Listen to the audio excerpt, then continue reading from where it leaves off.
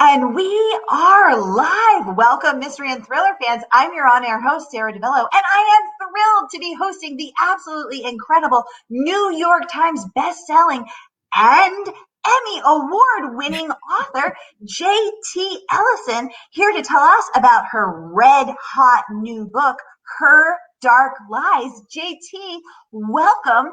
Tell us about your book. I am so excited to be here. Thank you. Thank you. That was a fun intro. I love it.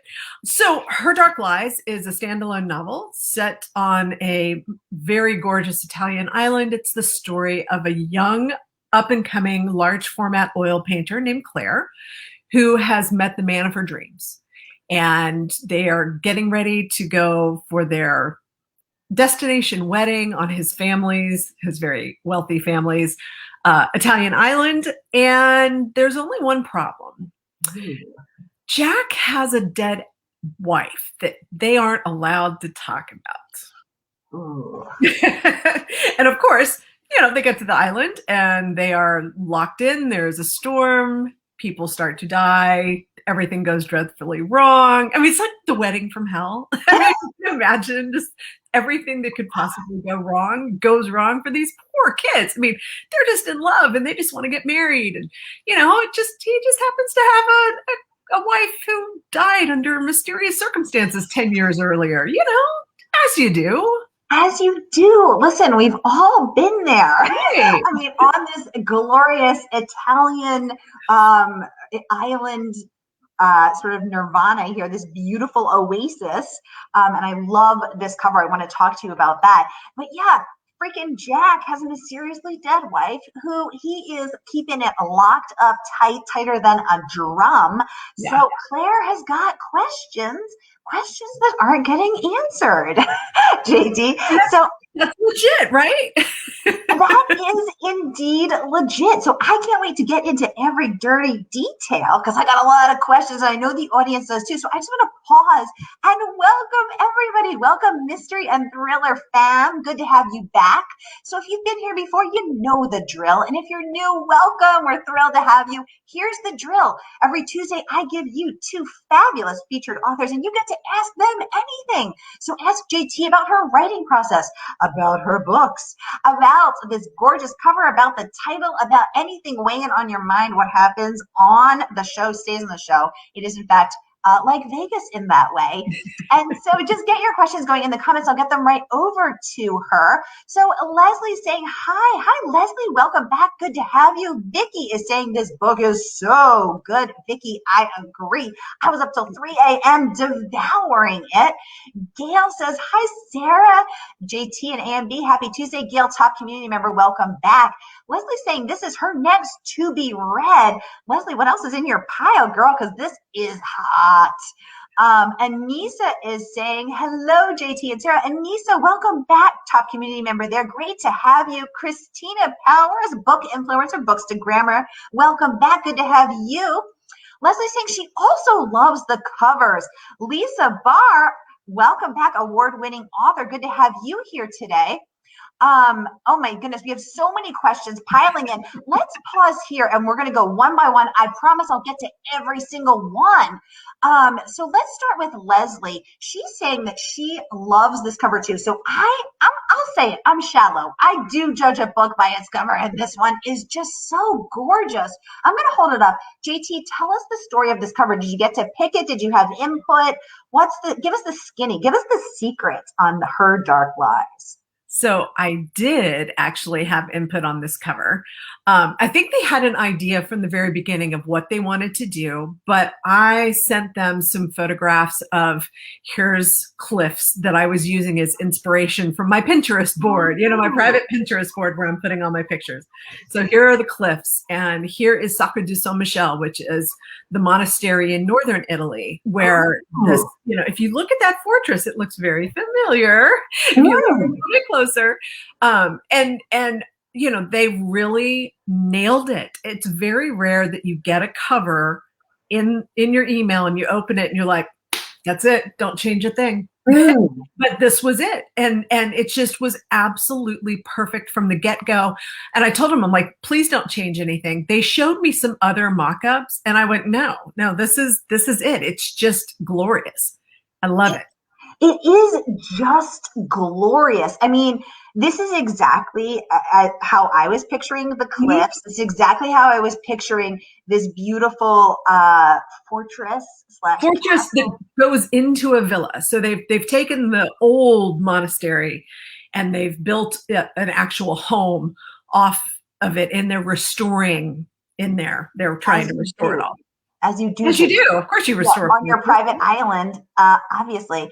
While we're on this gorgeous cover, tell us the story of the title, Her Dark Lies. Was it your idea? Was it an editor's idea? Do you have input into it? Was it number 1? Was it number 101? Are there any names that got left on the cutting room floor that you regret? Give us the inside scoop. I think it was number 2 or 3. So the first working title was 3 Dark Nights. Which I really liked. I thought that really encapsulated it. But then it put too much of a ticking clock in with the title, because I needed it to be basically like 5 Dark Nights or 6 Dark Nights, I had to change that a little bit. So it was, that was what we were working on. And normally I make a note to myself when a title hits me, and I went back through all my notes and I can't find it, but it was mine, and I sent it in and everybody was like, yep, that's it. It was one of those weird processes that just weren't difficult. Usually it's really, we'll have 100 titles and something's gone wrong, Yeah. You just never know. You just never know. Oh, I love that this was number 2 and that you knew it. You could feel it, that resonated. So that is really cool. Oh my goodness. Okay, so Lisa is saying she is excited to read. Lisa, you're going to love it. I am devouring it. Again, award-winning author Lisa Barr. Good to have you here. Hi, Lisa. Thanks. Oh, good question coming in from Andrea. Did you go to Italy for research? Give us the skinny on the Italian research. Did you sacrifice much, JT? Did you have to go there many times? I did sacrifice myself. It was a big birthday. And so the whole family went, my parents, one of my brothers, my nephew, my husband, and I went, and we met my Italian family who live in northern Italy. And we toured around and we did all this great stuff. There was only 2 problems. One, it rained every day, which rarely happens. It was really, really weird. And then we all got colds. We all got sick. And there's nothing worse than being sick when you're out of the country, right? It's just, but they have really good cough drops that I think might have some codeine in them. So we're liberally using those, and we all made it through, and we had landed on the shores of Como. And that morning of my birthday, wake up, the sun is out for the first time in a while, several days since we had seen the sun. And I had lost my voice, but I felt better. So we got on the ferry and started going around the island. And then we came back and realized, there's a really big yacht parked by Comacina, and a wedding party is getting off of it. Oh, how cool. There, JT suspects there may have been codeine in the cough drops. Maybe just touch. And wine, codeine and wine. But so this yacht is parked by Comacina. A wedding party gets off, and after the sun goes down, they're having this raucous party and fireworks are going off. And I'm like, yeah, that boat needs to sink. What would happen if that boat sank? Okay.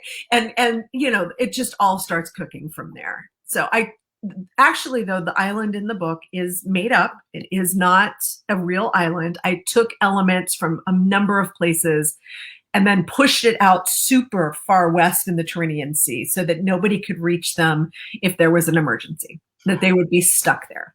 Yes, exactly. Oh, I love that. And it's so interesting to hear the backstory of how this happened. And again, I mean, you're on your special birthday trip. It's raining every day. Then you get sick. It is seriously the worst. I totally agree. It is the worst to be sick Yeah. abroad because you all you want is your comfort food. You want your saltines, your chicken soup, or whatever feels comforting to you. But then you're trying to navigate a town you don't know. You're trying to find the pharmacia. You're trying to read the boxes and the bottles in Italian. You're trying to say my throat is hurting, and say what you need. And it's so hard. And then you're in a hotel, you can't get what you need. It's so hard to be sick. And then in the state of this, finally feeling better, then a freaking yacht comes in and is disrupting your peace, JT. I know. How dare they have this huge raucous party? What are they doing? It was funny though. And so when you started to, now I think it's a bad idea to interrupt a thriller author's birthday, interrupting her piece, because she will kill you off. She will just end you, and someone's going to fall off a boat and drown, and that's going to be you if you're not careful. So I think the lesson here is stay on JT Ellison's good side. I know I will. It's funny you say that because I actually ran a contest on Instagram and asked who wanted to die in my next book. And we had so many entries that I felt compelled to pick more than one. And then I had people actually writing me, sliding into my DMs saying, I volunteer as tribute. I'm like, okay, very nice. And I am prepared to die. I'm like, okay, we've got a Harry Potter reference, you're in. We've got, a Katniss reference, you're in. So I ended up with all of these people who I suddenly had to kill. I was like, oh no. Oh my God, JT, that's so cool. Wait, so what do you mean you ran a contest? So did you just say, so if I was the winner, you'd kill a Sarah? If Anissa was the winner, you'd kill an Anissa? Is that how it worked? Yeah. By name. Yep. Oh my God. So they get to decide who, if they want to use their name, if they want to use, their maiden name, something like that. Yeah. Yeah. They got to and apparently everybody loved their deaths. So that's good. Oh my God. So how many people were sliding into your DMs? A lot. A lot. I mean, it was my most successful Instagram post ever. Oh my God. That is so Isn't that great? Funny. So do you think you'll do it again? Not for a while. That was an awful, or I will only pick one. JT's next book is a bloodbath. 370. Yeah, there are enough people that die in this book. I mean, there's a body count here, but it has to be. I mean, this is an homage to all of our older thriller authors, thriller books, where a lot of people die in those books. A lot of people die in those books. It's not just a single victim. So, yeah. I love it. I love it. Okay. The questions keep pouring in, and I'm going to get to every single one of them. I promise you, because that's what we're all about here. This is a conversation. This next one from Gail, top community member. She said, where did you get the idea for this premise? So walk us through a little deeper the party boat, the party boat scenario, your violent thoughts. Yeah, violent thoughts. The party's going on. The fireworks are going off. Honestly, I was listening to Rebecca, because I was doing research for another book that I was writing, and I'd never actually listened to it. I've read it a number of times, but I've never listened to it, and it's an incredible production. I highly recommend it. But a very basic question formed in my mind, and I wondered if it was going to be answered, and it never was. And so I went, I wonder if I could answer that question for myself. And that's where this was born. I have my setting, I have my party, I have the wedding, and I have this fundamental question. And I married the two, and boom, we have a book. And it happens like that. It's very simple. Was it indeed that simple? How long did it take you to write this? I mean, how long from the time you were listening to the party boat, having violent thoughts, listening to Rebecca, doing your, sucking those cough drops laced with codeine down, to boom, you had a book? What was it? How long did it take you, soup to nuts? It was 14 months, which is a very long time for me. That is not typical. I normally can get a novel done in about 6 months, 7 months, 9 if things are really sketchy. This one was really difficult. And part of it was I have all these wonderful people that, need to die. And it just was a difficult book. It had a timeline problem. I had a subplot in the end that fixed all of that. And, it It was a challenging book. We moved in the middle of it. Obviously, we have a pandemic in the middle of that. There were just life. It was life. It was one of those years, I think, for everybody that life was a little bit challenging, and, it showed up in the book. I am so feeling that. I am struggling to write. I'm struggling to concentrate. My attention span is shrunk down to the size of a friggin' gnat. Can you tell us more about this timeline issue without giving any spoilers, or not? You'd have to yeah, I can actually, because it's very simple. Part of the book was taking place in Nashville, and part of it was taking place in Italy. And I hadn't, and I had 2 knee surgeries in the middle of writing this too. I forgot about that. Yeah. What? So, yeah. That's how did you write a book in 14 months in the middle of a pandemic with 2 knee surgeries while managing life and double timelines and 3 point of views? My God, woman, did you your way? It just wasn't going to work. It just wasn't going to work. But it took me a while to just kind of put that together. I actually gave it to my editor, and I'm like, and my agent, I'm like, would you guys please read this and tell me what I'm doing wrong? And they both came out, well, you've got a timeline issue. I'm like, well, I know that. How do I fix it? Tell me what to do. And they wouldn't, which is, they always make you figure it out for yourself. But it did. It struck me. I'm like, wait a minute. Too many things are happening. They're on the island, and there is stuff happening over there that needs to be happening on the island. So when I moved everything into one setting, then it worked. Oh, interesting. Okay, so you went to them for help. They came back with, you've got a timeline problem. You were looking for solutions. They came back diagnosing it, but you were able to figure it out, the issue to this timeline. And it was that you were trying to do too much in Nashville and not enough in Italia. Right. So the book was in Italy. Why have stuff in Nashville? Let's go. Let's just move. Let's just move here. Oh my goodness. I love that. So I'm just scrolling back to make sure I don't miss any comments. So Christina is saying that your audiobook is fantastic. So I love hearing that, because you again spawned this idea whilst listening to the audiobook of Rebecca. So tell us about your audiobook. This question again from Books to Grammar Extraordinaire, Christina Powers.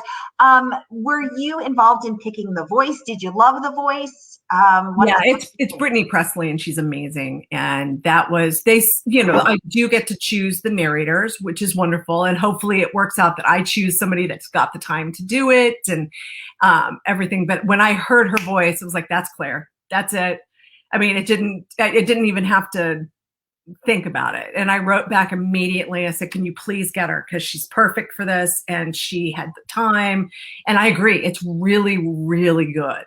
Really excellent audiobook. It's a very creepy book. So, you have to have that good atmosphere and an actor who can really bring the characters to life under the duress that they're under. And she did a wonderful job.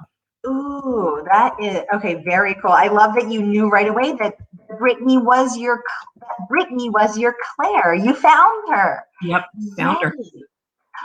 Okay, good question coming in from Vicky. She said, JT, once you can travel again, where will you go for your next exotic setting? Great question, Vicky. JT, tell us.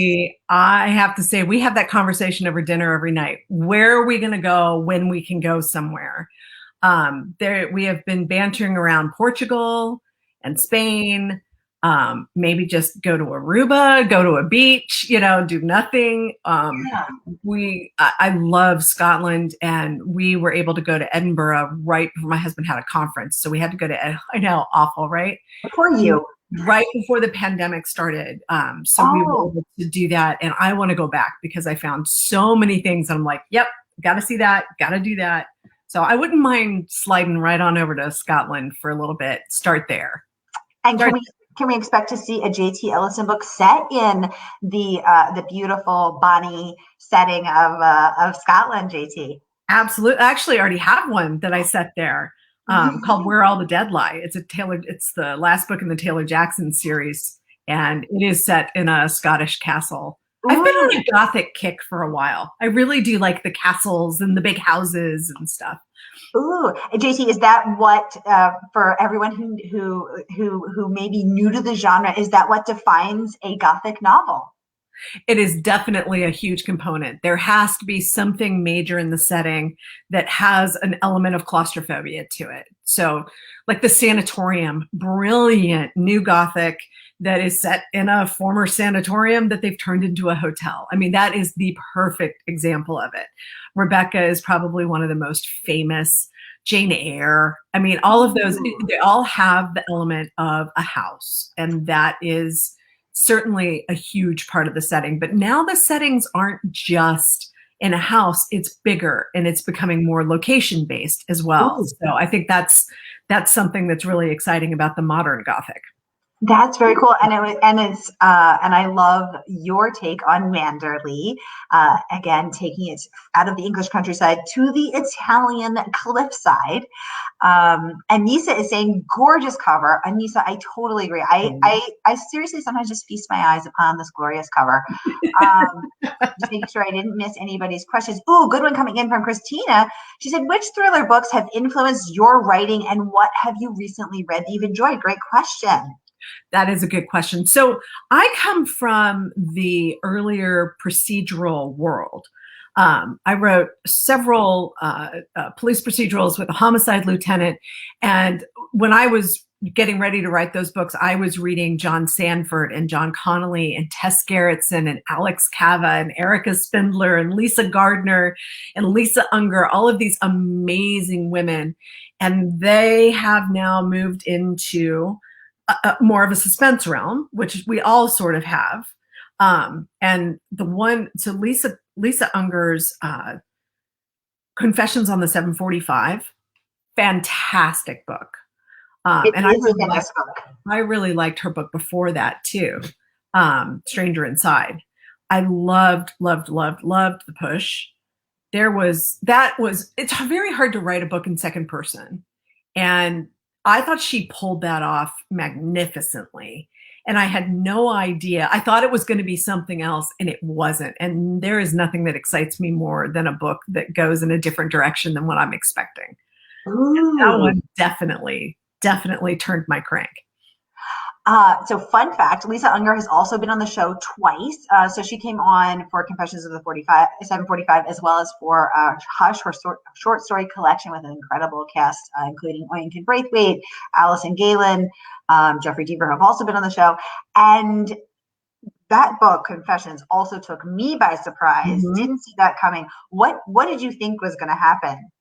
I mean, yeah. How do we even talk about that without giving it away? Oh, that's a good point. That's a good point. We can't. Yeah, that's a hard one That's a hard one. But I just, Lisa always finds a really great way to make the books come home because the characters are so personal to you. You really do get into the characters' heads, and she does a really amazing job with that. So are they an unreliable narrator or are they not? That's the question with her. And that's what when I'm reading her books, I'm like, I don't know. I don't know if they're telling me the truth or they aren't. Right, exactly. Or the truth as defined by them, as seen through their cracked, damaged lenses, as we all do. So that's a really good point. And I love how you said that Lisa makes the characters come home, because she does, even when they're so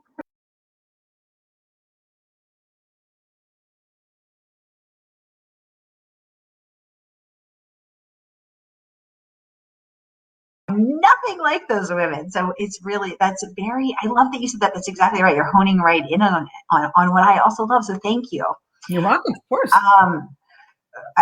So you're getting a lot of comparisons to Rebecca. People are saying they loved Rebecca too. Andrew's saying she loved Rebecca.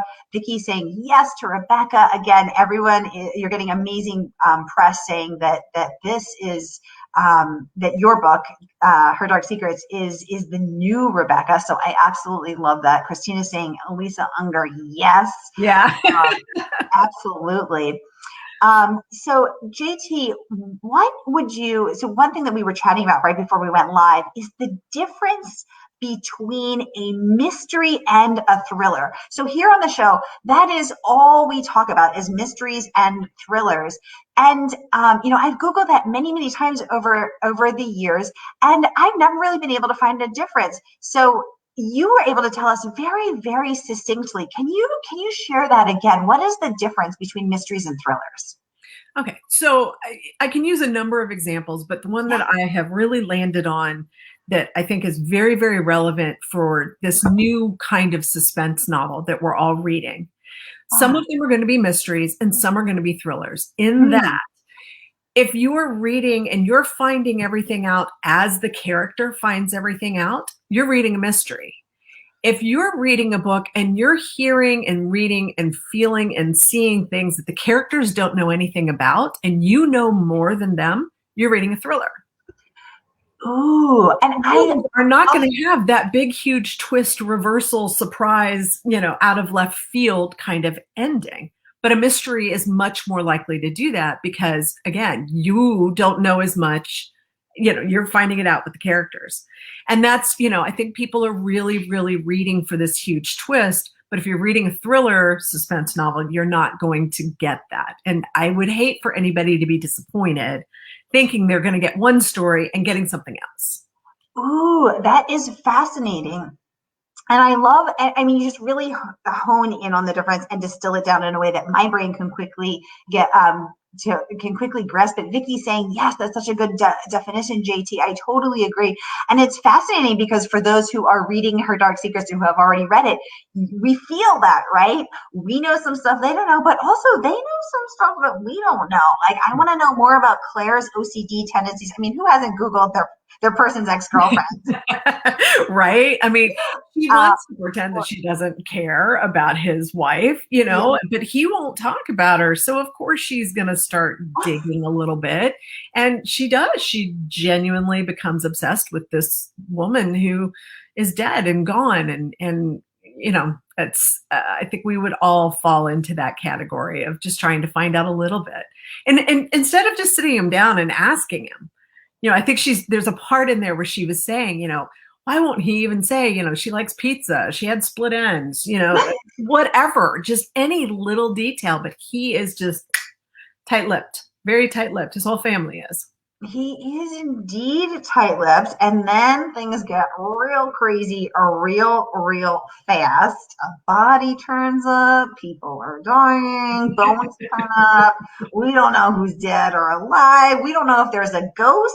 I'm waiting to see if there's a ghost. I'm thinking there is. I don't know. So I'm waiting to see where the heck JT Ellison is going to take this crazy train ride, this deliciously crazy train ride, because I don't know. I love it. It's good. If you don't know what you're getting, then I'm doing my job. I don't know what I'm getting, and I love that. So let's get into some of your amazing praise, JT. So Lisa Unger raves that you weave the old and the new, art and history, mystery and love story into one stunning tapestry. I love to use the word tapestry because it's so appropriate for the villa. Elegant, propulsive, and utterly unputdownable. This is the work of one of our most talented thriller writers at the very top of her game. So amazing praise coming in there from the writer whose praises you were just singing. What do you think the secret is to writing a propulsive thriller? How'd you do that? How'd you keep me up till 3 a.m. this morning reading? I think it's by writing something that is surprising yet inevitable.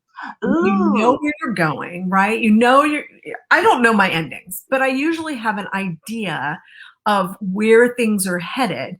And I put in what I call turns. I put in multiple turns where the story goes in a different direction than what you're expecting. And I think that's really the trick, to try to, we were talking about the big twist. Well, I want my twist to be in the story instead of reading all the way to the end and then being surprised, right? I want you to be surprised as you're reading.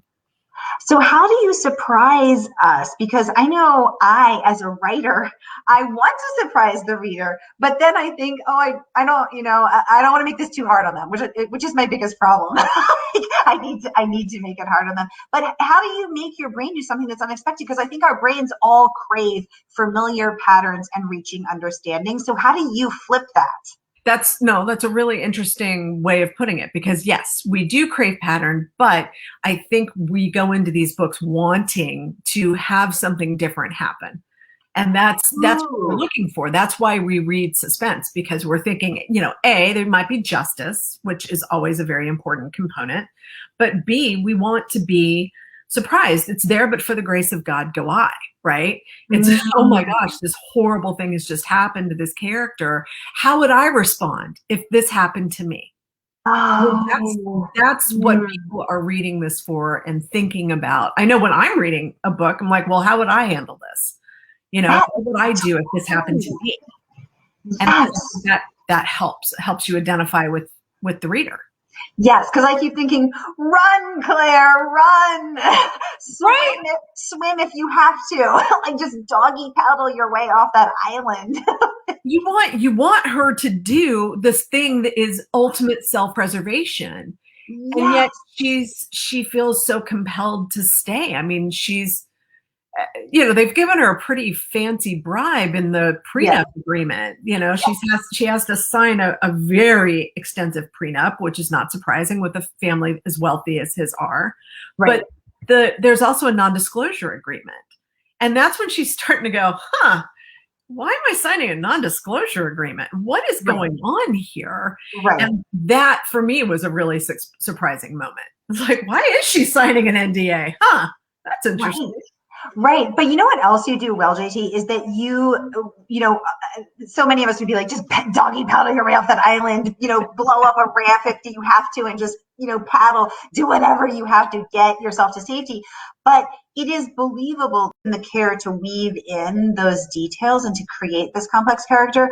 It feels believable to me that Claire's not trying to get off that island because she yearns so deeply to feel safe, to feel cared for, to feel protected, to want that family security, to have a family that loves her and welcomes her. Of course, she's not leaving. Yeah. So. No, I mean, that's exactly it. She wants to belong to a family, and she's had all kinds of problems with her own. And they have welcomed her with open arms and love and care and respect for her art, respect for her as a person. Yes. Things that she has not gotten from her own family. And that's a very powerful aphrodisiac on top of falling in love with a guy. On top of falling in love with a super hot guy that the chemistry madly in love with you. And the chemistry is ablaze. So it's getting harder and harder to walk away from. Ooh, great question coming in from Vicky. She said the setting of the signing of the prenup in the library was perfect. The descriptions were so great she could actually picture it. What library was this based on? This double. So for those of you who haven't read it, there is a 2-story library, just filled with beautiful old and new books, so it's not feeling too stodgy because someone in there is reading new bestsellers, so it feels accessible, but there's all these beautiful, very valuable first editions. Where'd that library come from? Fill us in. So have you ever seen an AMSR room? They're on YouTube, right? And yes, I have. Oh, the one with like the crackling fire or the library or whatever. Yes. I actually write to those with headphones. I do as well. Yeah. And I had that library scene where you can hear somebody writing on a piece of paper in the background. I had that on a 5-hour loop while I was writing this book. Every day I put the library on, and so that's the library.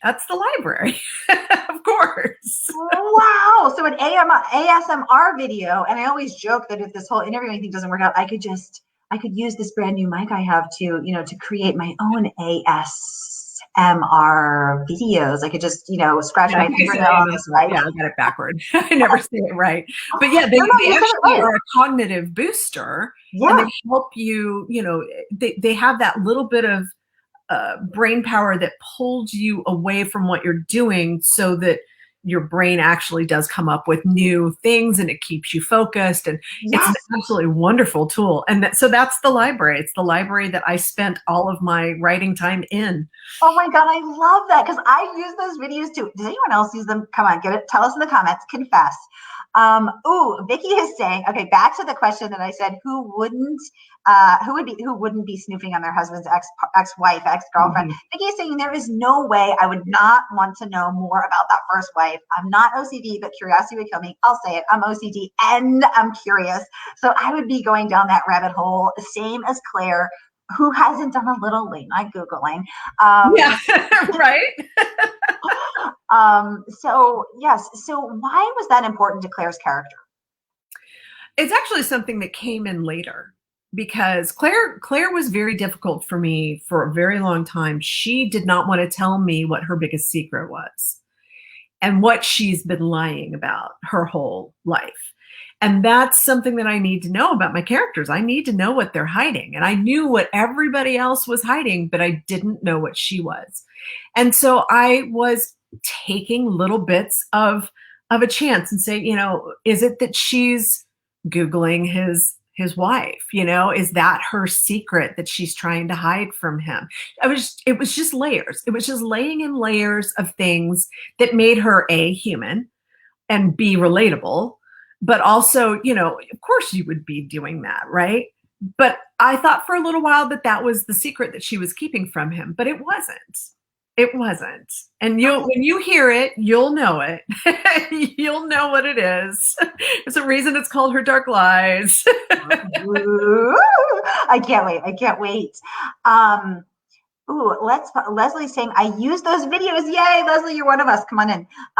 She said, but she does it for the visual costume scenery, not so much for the sound, but it's the whole package. Yes, totally. There's always a beautiful, I do the sounds of nature one sometimes I do the crackling fire, sometimes I do the library, the scratching pen. And they are a feast for the eyes and the ears. So Leslie, totally. Leslie, you're one of us. So I totally relate. Sorry, the last comment was from Vicky about asking where the library came from. So I apologize if I got those names confused. JT, I want to go back to something that you said, where you said she wouldn't tell you her deep secret at first. Are you talking to Claire? Are you having conversations with her? What's that creative process look like? It's like getting to know a friend, right? Mm-hmm. Like somebody you meet, somebody you hear about. A friend says, hey, you need to meet my friend Claire. And you do, and you observe her from afar, and as you get to know her, you get closer and closer until she's telling you things about her life, and you're going out for coffee, and then you're going out for lunch, and then you're on a date with your husband. It's just kind of builds. It's a relationship builder, and usually that happens very quickly for me because obviously I'm creating the characters because, I don't have to get to know them that much. But she was really, really standoffish for a very long time. And so I just wrote that into her character. I let her be a very standoffish person who only has one or two very close friends and is perfectly content to be subsumed into this family. That was very important for her. And it's just, she just didn't want to tell me what it was. And literally when you read it in the book is when I found it out. Wow. Then I got to go back and layer in some more things. Oh, wow. That's so fascinating. So what does that actually look like, you sitting at your desk saying, Claire, come in, please? Or, is she sitting next to you? Is she sitting across the desk? Are you saying, Claire, what's your deepest secret? Are you closing your eyes and imagining it? Are you just having that conversation on the page as you're typing it? What's it actually look like? All of the above. I have notebooks, right? Every book has a notebook. Oh, okay. And I love Claire Fontaine's. They are my favorite. They have this beautiful white paper spiral bound notebooks that every book gets its own notebook that I take notes in. And, it depends. Sometimes I'm writing, I'm writing ahead in Scrivener and saying, do this. I use Scrivener too. Oh, I love Scrivener. It's the best. So, write the scene, this scene, this scene. Or it is me sitting with the notebook going, okay, I need to figure X out. How do I do this? Or it's me having a margarita with my husband and maybe having a second margarita. And by the time we're done with dinner, I've got, napkins that I've written all this stuff. Yeah, that happens a lot. I love that. Every book usually has its one margarita night that, everything finally comes together because we've sat down and messed with the plot and the characters and stuff. So yeah. And this one had that. That's what Oh, happens. that's so cool. I love It's that. everything. And interesting that the maker of the notebooks is named Claire. Right? Right? Well, okay, so here's a secret. Yes, we're here for the secret. You were asking about the title, and that was the second title, but Claire was her fourth name. What? That was part of why I was having trouble getting to know her, because her name was Claire.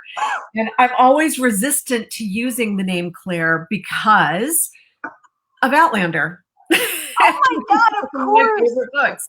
And I can never think of Claire without thinking of Claire Randall Fraser. But when I finally realized, I'm like, you know what? Her name is Claire, and she's this soft and elegant girl, and that's okay. Instead of it being this really strong, a lot of my female leads have very strong names, and Claire feels very feminine to me. Yes, yes. And when I finally realized, okay, that's who this girl is, boom, then everything worked. Wait, so that was her fourth name. What were you calling her before that? She was Logan for a while. Logan, okay. She was Harper for a while, which became her sister's name. Yes, okay. And what was her other name? I can't remember. It's been so long ago. Oh my gosh, I love that. So no wonder she wasn't talking to you, JT, because you were like, hey, Logan, what's your secret? And Claire was all... She was like, who's that Logan chick you're talking about? Yeah, it just wasn't her. It just wasn't her. Oh, like if you were calling me Marissa, I'd be like, oh, me? I mean, character names are really, really, really important. You have to have something that you can actually pronounce, that's not hard, that the reader can see, but that isn't, you can't have a main character who's just, no. Hi, Sue, nothing wrong with Sue.